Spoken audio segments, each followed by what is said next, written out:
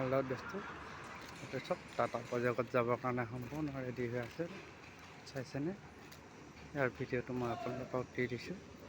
চাইছে কি সুন্দৰকৈ বনোৱা হৈছে এইটো।